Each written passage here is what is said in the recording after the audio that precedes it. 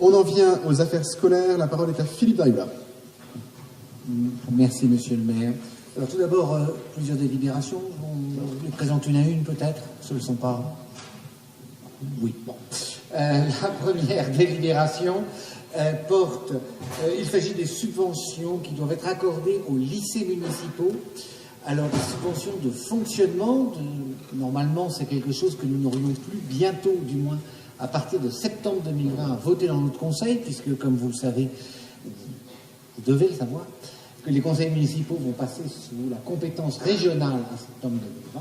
D'ici là, nous avons encore ces subventions de fonctionnement. Alors là, ça concerne un seul de nos lycées municipaux, le lycée Camille. Alors, en fait, la délibération, comme vous l'avez vu, concerne de nombreux établissements parisiens, mais je ne parlerai que de la partie de la délibération qui concerne le 18e arrondissement. Donc il s'agit du lycée Camille Genazzi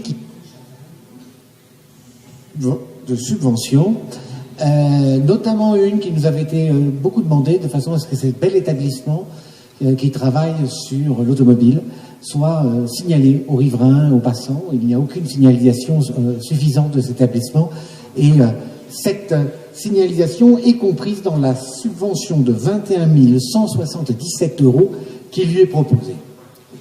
J'enchaîne, monsieur le maire, ou on vote ceci? On va peut-être voter pour le lycée municipal Camille Genazzi.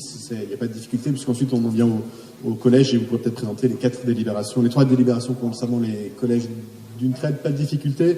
Il en est ainsi unanimité. Je vous en remercie. Philippe Darula. Alors, la seconde délibération aurait d'ailleurs parfaitement été présentée également par Dominique de Mangel, puisqu'il s'agit du Fonds commun départemental des services d'hébergement qui, en fait, concerne les établissements de restauration scolaire dans les collèges où la restauration est faite où il y a un service autonome de restauration. C'est-à-dire que les repas sont faits dans les collèges. À chaque fois, le principe est le suivant. Les cotisations annuelles des collégiens sont versées pour 2% à un fonds d'ensemble qui permet de financer un certain nombre d'équipements. En ce qui nous concerne, là aussi, un collège est directement impacté, le collège Daniel Maillère, et nous proposons ainsi des subventions pour divers travaux. S'il y a des questions, je pourrais revenir sur ces travaux, pour une somme de 26 366 €. Deuxième délibération, la DASCO 24.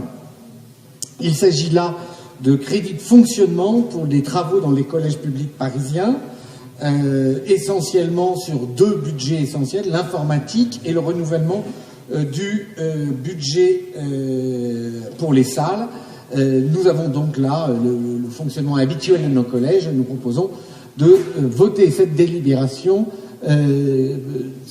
concernant nos collèges. Enfin, la 3e délibération, le collège DASCO 31, concerne des subventions qui sont apportées comme conséquence des budgets participatifs des collèges, qui concernent essentiellement le collège Maurice Utrillo, dont on a, grâce au budget participatif, renouvelé le mobilier, design et innovant, ainsi que le collège Roland d'Orgelès, qui, lui, a choisi un projet permettant de renouveler le mobilier extérieur, essentiellement de cours de récréation. Voici pour les 3 délibérations: fonctionnement, restauration universitaire quand elle est en régie autonome, quand elle est autonome, et budget participatif pour nos collèges. Merci beaucoup. La démonstration à nouveau de notre engagement pour nos collèges. S'il n'y a pas de demande de prise de parole, je vais soumettre aux voix cette délibération, à commencer par la DASCO 21, qui est pour?